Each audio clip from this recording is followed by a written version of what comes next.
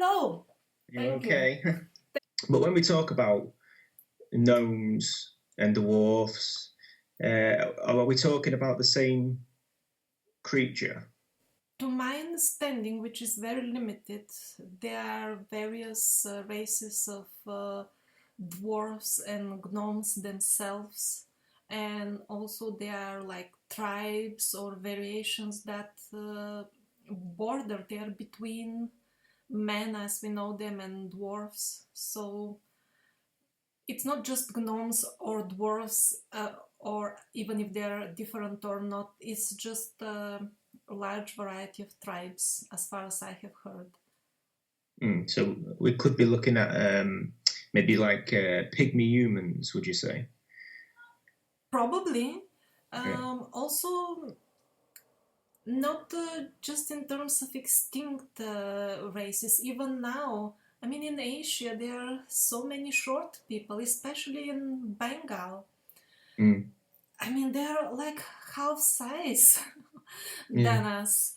I find it difficult to imagine this to be a play of evolution. Why would people need to get so short there?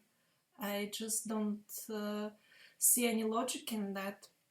While just a couple of 100 kilometers away live tribes which are our size. So, Yeah, that's a strange disparity, isn't it? You know, you've got people living in the same area that are, modern human standard size, if you will, and then you've got it's the same in I think the Congo's got some pygmy tribes living in it, and maybe the Amazon rainforest as well. So we are a mixture of, or they're a mixture of what's gone before. But and I know your YouTube channel is really good for this. But where are these dwarfs, if you will? Where were these said to have lived? Countries wise. most of the known like historic sites that are gnome size, Europe and Asia. Yeah. So on the bodies, and I guess that's a good place to start. Is there any known bodies of these people anywhere on display, or is it all hidden away? No, we still have some. For example, I'm trying to make a collection in the dwarfs section of my megaliths directory. For example, here we have a mummy from the San Pedro mountain from the United States. It's Mm. still here. Then Brian Foster, he is doing an excellent work in Peru. Hmm. He's filming and showing all kinds of skulls and skeletons. Some of them are pretty dwarfish.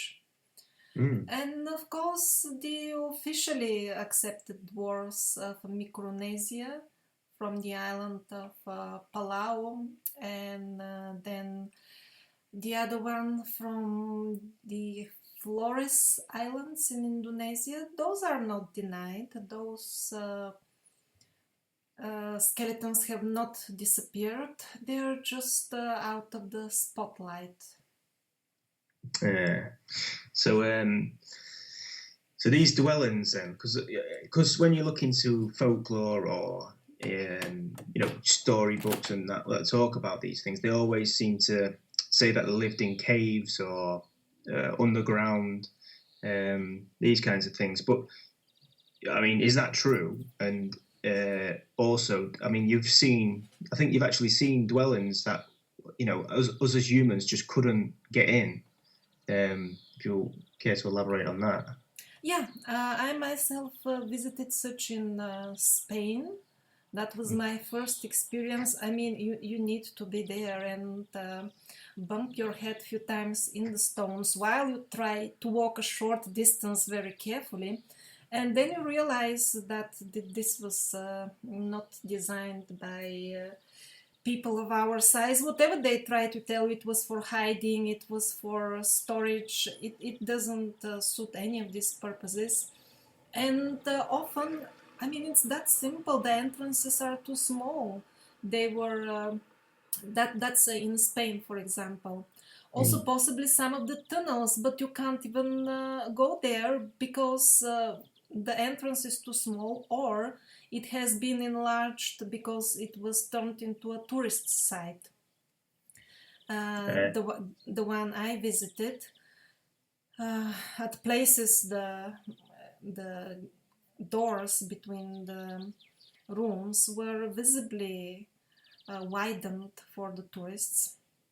But so you mean like after the fact, people have gone in there and opened them up so it looks more acceptable to our eye.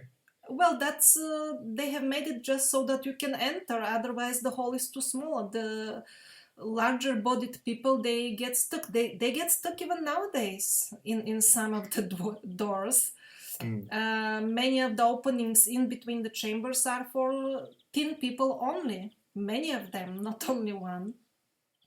And walking is it's impossible. I mean, crawling is also very difficult. I hurt my back, and you go on four paws, on all four over there.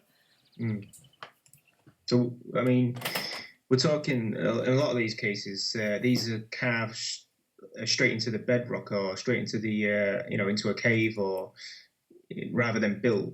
Is that right? Yeah, that's all I saw, and that was in Spain. Now, here in this region of Germany, Switzerland, and Austria, we have the so-called Erdstelle. Now, those are so numerous that many of them are still in pristine condition. They're not so much of a touristy thing, and they're not protected by law. This is a very easy way to make people destroy them themselves. Okay. Which is going on with which is going on very fast actually. But here, I was myself in a tunnel. I couldn't even reach the end because it was just too narrow, even to pass through, even to crawl.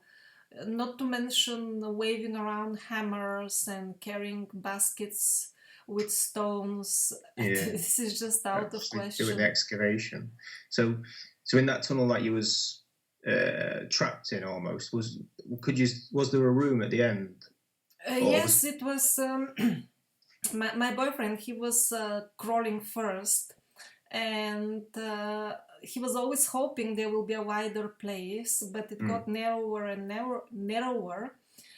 To the point that he couldn't turn. Then we didn't know what to do, and then we decided just to go on. And finally, he found, after 10 meters or something, a place where he could finally turn back.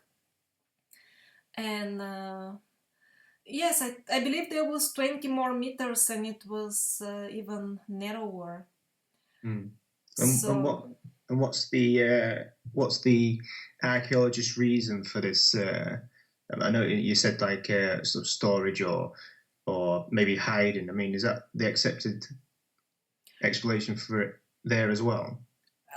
Well, they say it's a mystery. The official explanation is they're mysterious. This is a very elegant way to escape any explanation while you neglect the sites, put them out of the spotlight.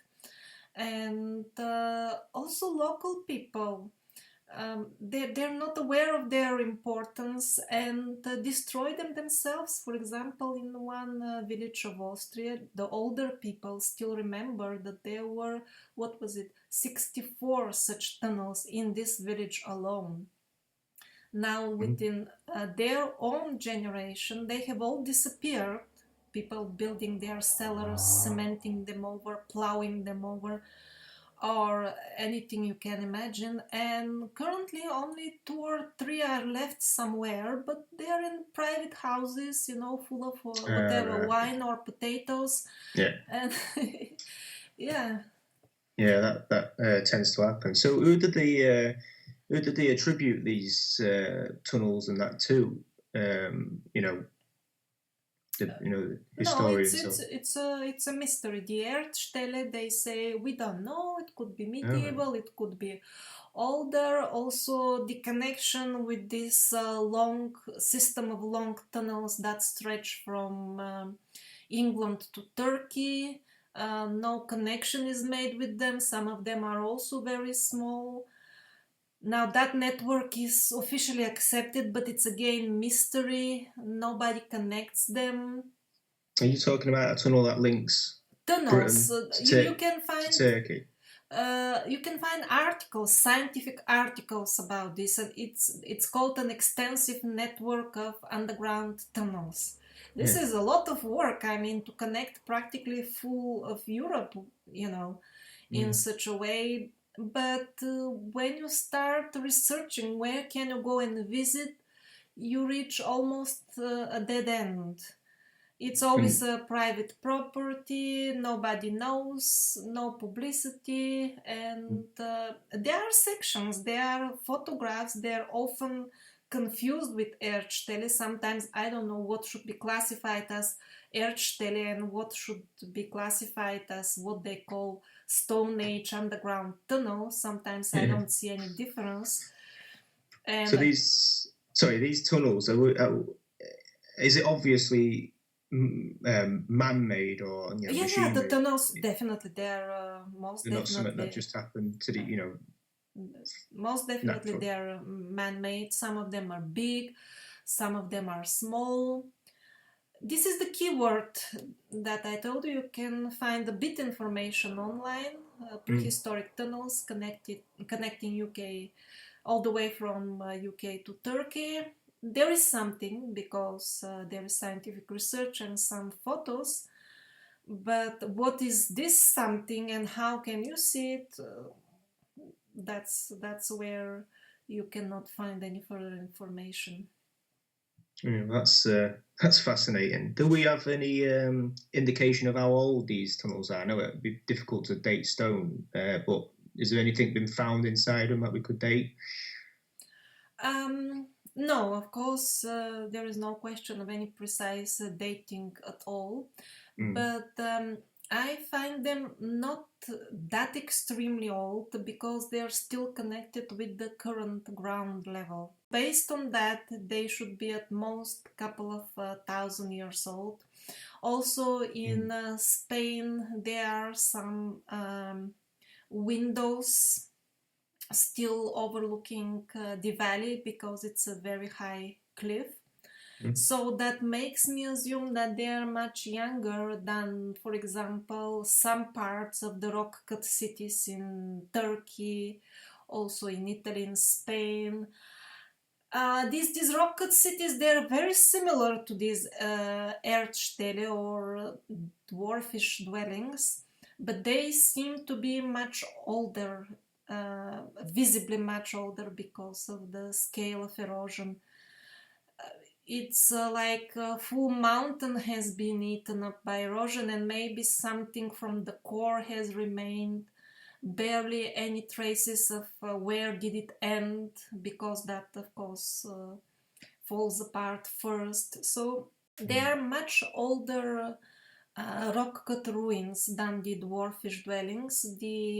So when we well, obviously we have to assume these people, these little people, were physical beings, and I've read a couple of accounts of trade between the dwarfs, if you will, and the Scandinavians or whatever. I mean, is that something you've run across? Yes, there are such historic accounts also in Russia. Mm. The dwarves liked to mine, and a short couple of 100 years ago, they would trade with people. Also, we have some artifacts from them. I'm not sure if it has an English term, but in Russian they call it Permsky Zvirilny stil. That's the name of the style of the art that we have left from them. Of course, they're telling us that these were a tribe of big people like us, Mm. but the local people don't think so. They have different memory, and those memories are not very old, just a couple of 100 years ago. The elders would have regular contacts with the dwarf tribes. And what these artifacts? What material are we talking about them being made of? Are they generally metal? Yeah, all of them are metal only. Yeah. And isn't that interesting? How our own folklore always shows dwarfs mining,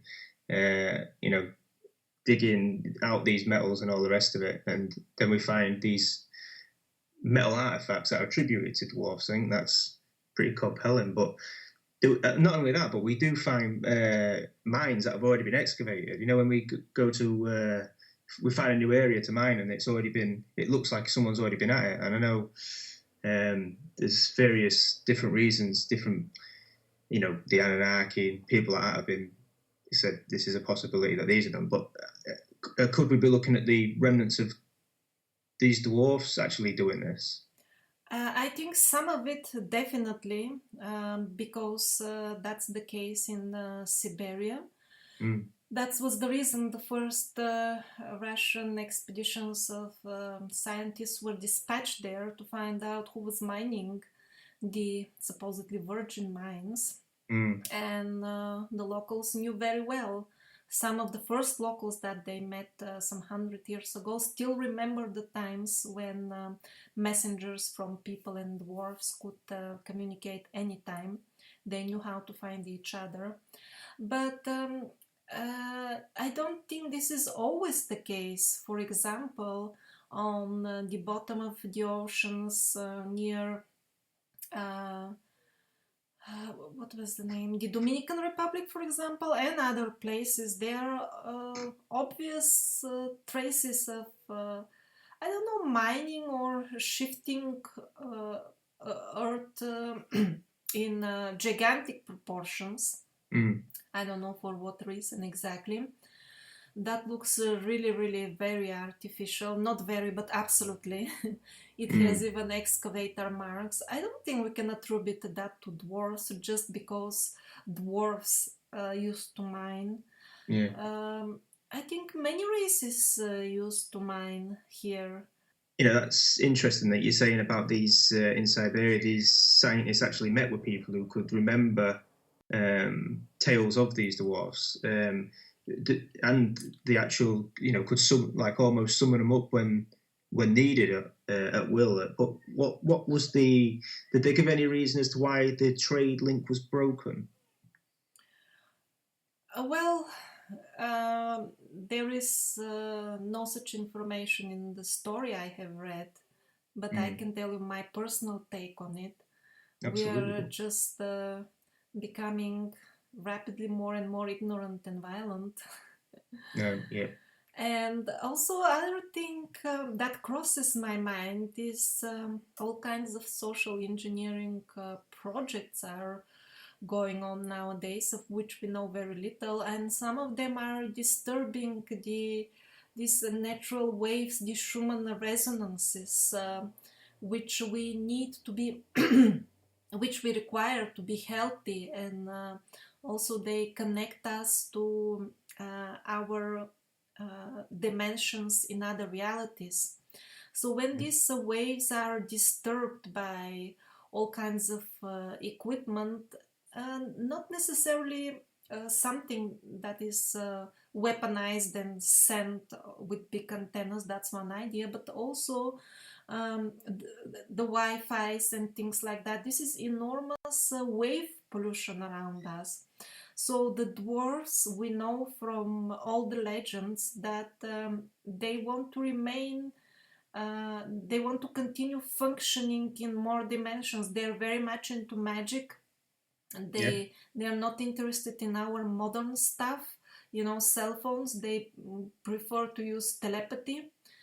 That's their way of life. So I guess they're going underground. Probably still there are some left. Frequency pollution around us is one thing they really want to escape. They don't want to be blind for other dimensions, as we have voluntarily chosen to be. And these Schumann resonances they are still there underground. Like scientists, they can't catch these waves anymore because of pollution. And one way that they can still measure them is going deep underground, where the artificial frequency pollution does not penetrate, and what I call the pulse of Mother Earth, the Schumann resonances are still to be felt.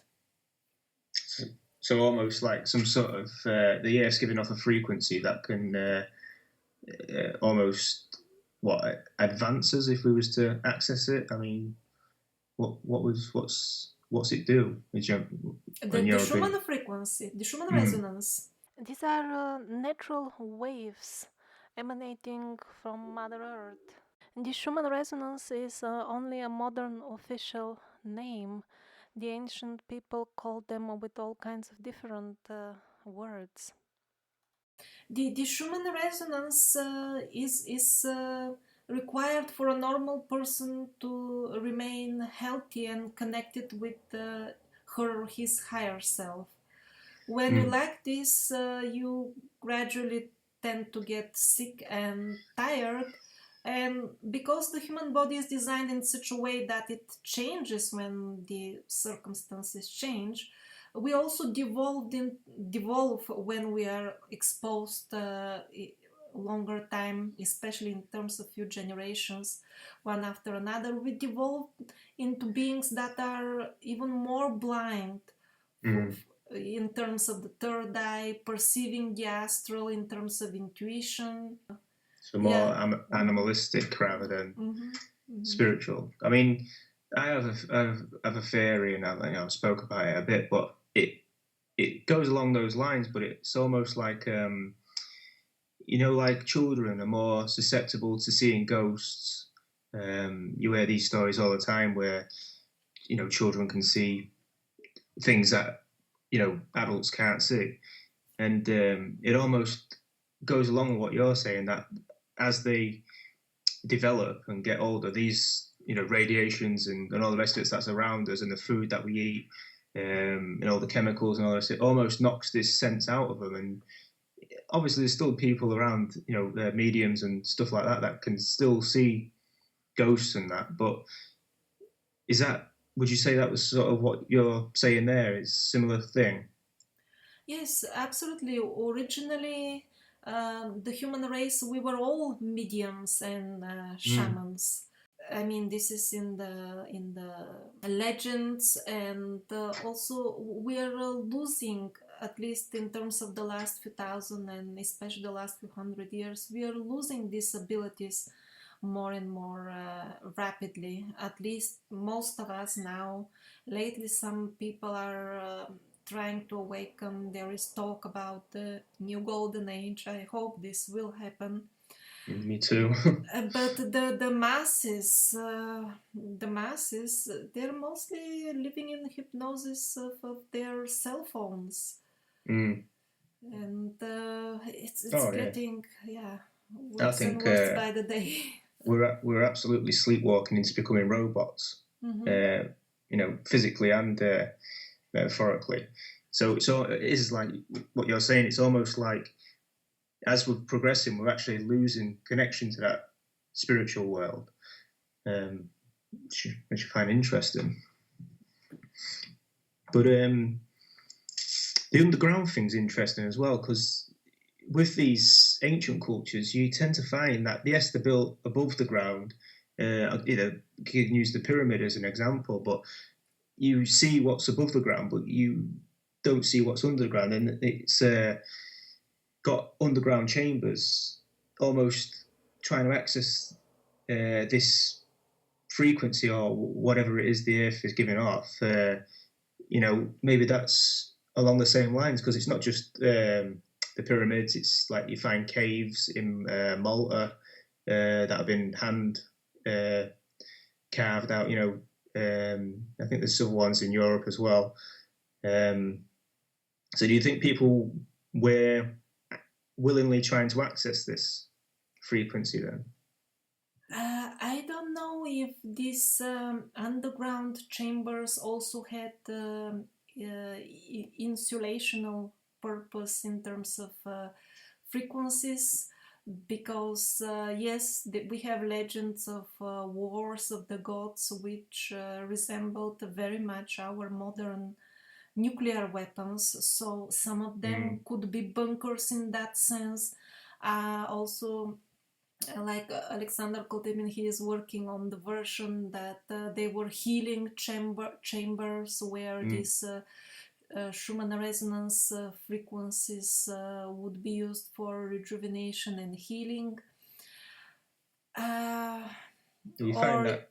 it could be even in some cases much more simple explanation: heat insulation, living under earth provides kind of more stable temperature, not such big amplitudes as on the surface.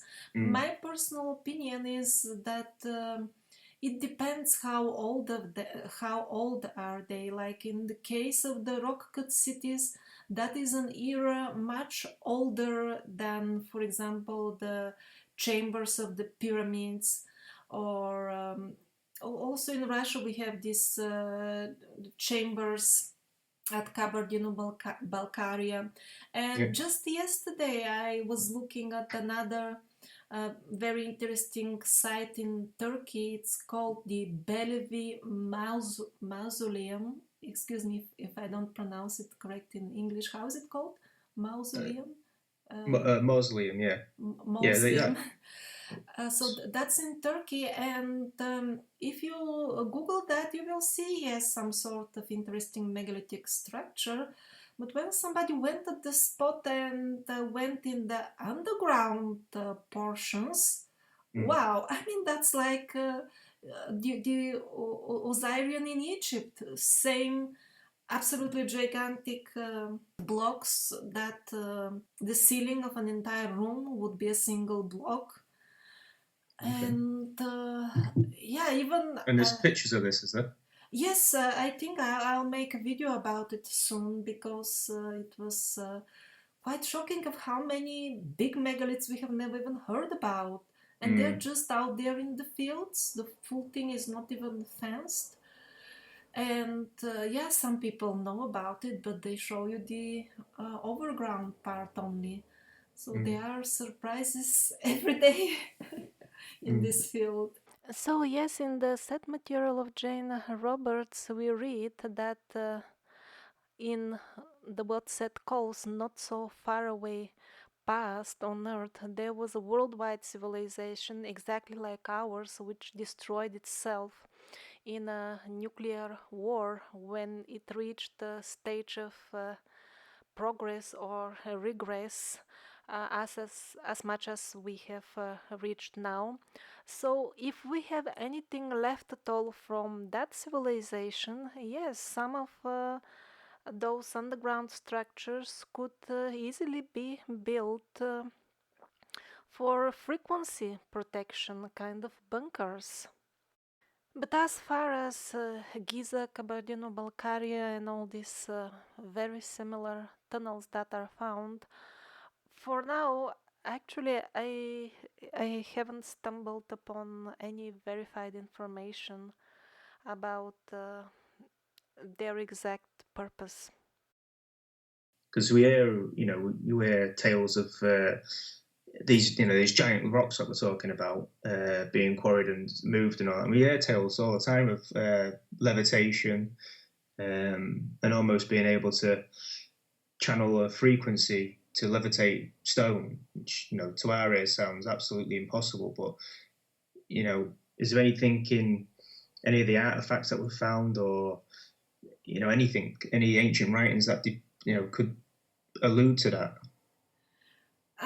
No, what we know is very general. I'm convinced that sound was used widely, if not exclusively, in all kinds of building and anything in the ancient world, because that's what all legends tell us. The magician, he casted the spell, which spell is again vibration. It's a special word, or he sung something.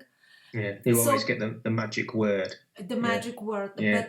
But now, how exactly they did it, I think this is largely speculative, and people have some theory, and which is mostly fantasy, and then they think it's confirmed just because the ancients used sound. Well, they used, but it doesn't mean they used it in the way everybody imagines. So yes, they did, but how exactly, I think we're still very, very far away, except those attempts, we levitate small objects already with sound. That is the first step in making the magic a science, what we call magic, to start calling it science. And also, it borders the topic of transforming thoughts into what we call uh, reality, or three-dimensional reality. We already have devices, for example, for disabled people. They can move an artificial hand with the power of their thoughts. These are products that anybody can purchase already.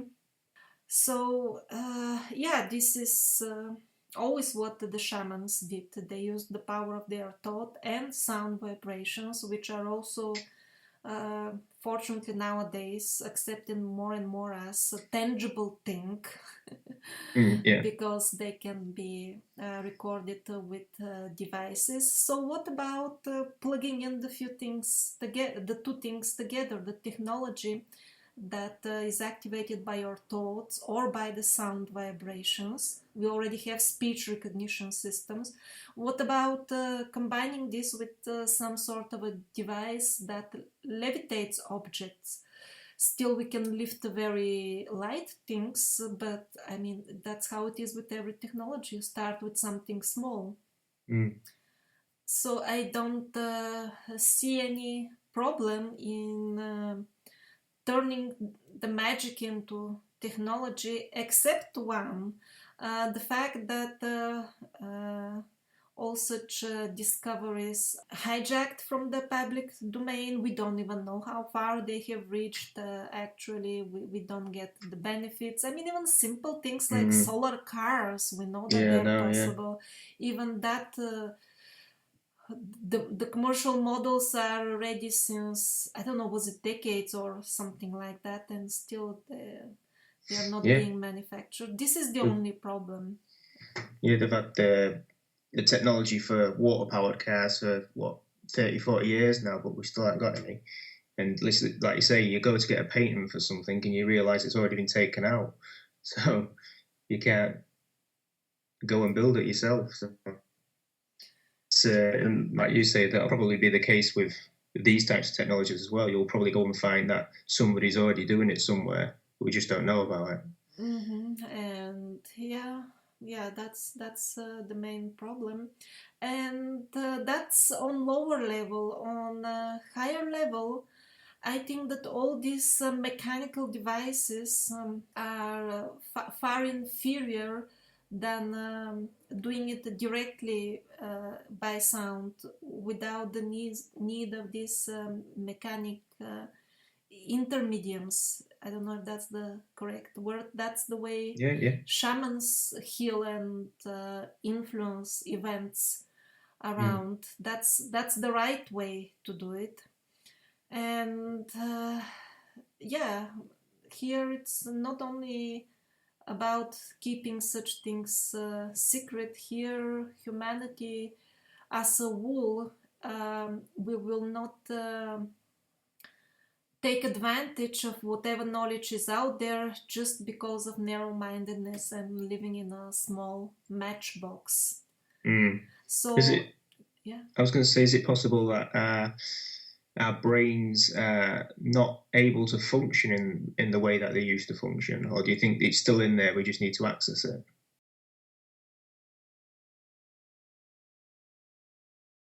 Certainly, many of our original capabilities of humans are dormant nowadays, that's for sure.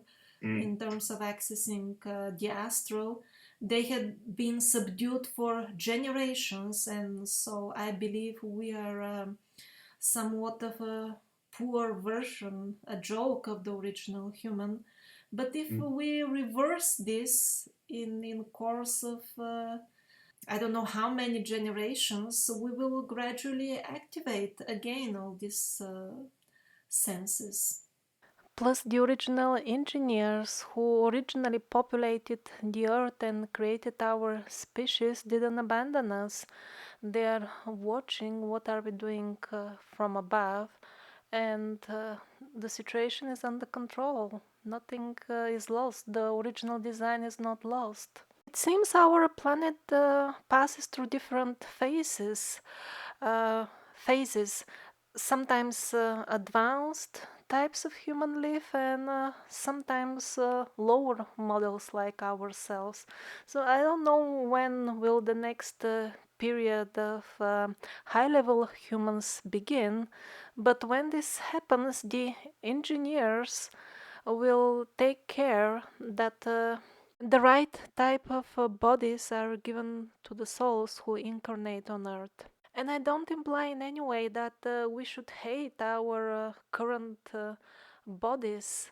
They are also very valuable, and this is not my personal interpretation. This is an information channeled by thousands of people who have been under past life regressions and have proven that the information that they channel, especially from the spheres in between lives, is a reliable one. It is not by chance that souls decide to incarnate also in such inferior human forms as ours. This is not bad. We are not here just to test drive different vehicles or costumes, the human bodies that we wear. We're here to develop personal qualities, to participate in this theater. And that seems to be functioning pretty well, even with the current inferior model. I find it interesting. I mean, you mentioned him earlier, but we had Brian Forster on a couple of shows back, and we was looking at some of these buildings that, you know, the technology that went into building these structures was far and away superior to the people that came after and then built their structures on top. So something in our history is definitely off, and like you say, you can see it in the caves that you're talking about. You can see it in the Mayan ruins, or you can see it in Peru, and you can just see it with your eyes. And then we talked about Göbekli Tepe and Baalbek and all these places all around the world. It's just so obvious when you look at them, and I'm interested to see that one in Turkey that you was talking about as well. But it's so obvious when you look at them that something was used, and it wasn't technology as we know it. It wasn't, mechanical as such. Something else was going on. Whether we can ever get back to that, I'm not sure. I hope so, but But I suppose to finish, then we should on the dwarfs or the little people, because obviously little people are still being seen and reported in America, and these are somewhat like miniature Bigfoots kind of description. But as far as dwarfs go, do we have any recent reports, and gnomes, do we have any recent reports of people seeing them? For example, on the Flores Islands of Indonesia, according to some locals, there are very few of them still left, and they are described pretty much as the little people of America that you just mentioned. And as far as Siberia, yes, I think they have severed their contacts with humans so recently, just a couple of hundreds of years ago, and went to live underground. I don't think they should have disappeared so fast. But I would like to mention that often on various continents we hear stories of abductions, that dwarfs sometimes abduct humans because they suffer from, is it called interbreeding? What the dwarfs do. So they Yeah, need to refresh increase their their, genetic yeah, gene pool. Yeah. yeah, the gene Okay. pool. So we So they must hear, be pretty similar to us then if they're able to do that. yes, if they're able to make children with us, then Mm. yeah. I mean, we recently did a show on I think it was Iceland where a woman said she'd been taken by elves. I think that's what they call them there. But same thing, and they had raped her and was using her for that. So then, so it's But was this happening in our dimension or on the astral plane? I'm not sure because she said she was taken in there. She said that I'm pretty sure she said that a hillside, that like a door in a hillside opened up, and she was taken inside the hill. And I think when she came out, she thought she'd been in there a couple of hours or whatever. When she come out, 7 years had passed. Oh, oh, okay. So we could be talking about another dimension almost there, couldn't we? Well, If yeah, I wouldn't be surprised. the dwarfs and the gnomes in Siberia, places like that. I mean, these obviously had access to materials, metals, and such, and they obviously traded with people for other things that they didn't have access to. I'm presuming they would trade for furs or reindeer skins or whatever it was. Um, so I'm presuming by that they wore clothes because the hobbits in Malaysia and Sumatran jungle and places like that, and the little people in America, they're normally said to be naked. So, did the dwarfs? Is that how we distinguish between the two? Do the dwarfs wear clothing? As far as I understand, they do, and they are far more civilized. But I think that's normal because even we humans, even we have tribes right now in the Amazon jungle which Mm. wander naked and have almost no signs of being civilized. They even eat raw, raw people. Even nowadays, there's still tribes that attack other people, just kill them on the spot with stones Mm. and eat them raw. I'm sorry to describe such horrible scenes, Mm. but this is happening, not so much, but some of them still exist, and that is just few hours drive away from civilized places. Mm. They could maintain such a traditional way of life, so to say, just because the areas where they live are very inhospitable, full of all kinds of bugs and mosquitoes, and a few times per year being flooded completely, like 5 meters high flood. Yeah. So we couldn't go and civilize them. So we know how And humans nor, can, nor should we. yeah, nor should we. Yeah. But this is a very good example that, they're also humans like us. They just live a bit differently. So, Mm. what is the problem with the dwarfs also having large differences inside their race in terms of living standards and uh, higher achievements? It Mm. is possible, and at the end, maybe those dwarfs survived, which live in more inhospitable areas. Mm. I was wondering why, if that's the reason why they tend to live underground because of these places where they do live, like you say, you know, maybe they can't live in the open. Well, Yes, there is. Sometimes people say that they always hide from sunlight mm, because their eyes are not adapted for it.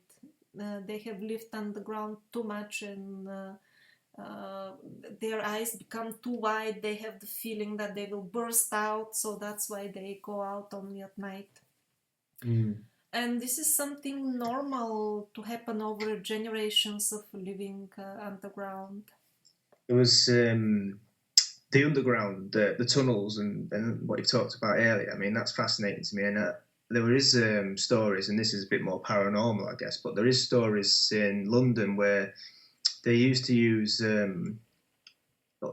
tube stations, train stations underground. Mm-hmm. I guess you have them there, don't you? Well, they used to use them as air raid shelters. Well, back in the war, and actually, a lot of these stations they're not disused now, but they're still there. And you hear stories of maintenance workers going down there. These places have been shut off for 30, 40 years. But you hear stories of maintenance workers having to go down there to access cables and stuff, and actually running into these creatures, humanoid creatures that live on the ground.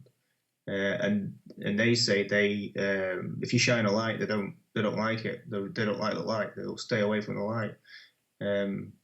Not dwarfs per se, but still humanoid creatures, So, but it takes on a more paranormal twist because you can't explain it, But I wonder if these tunnels, what you're talking about, harbor these creatures.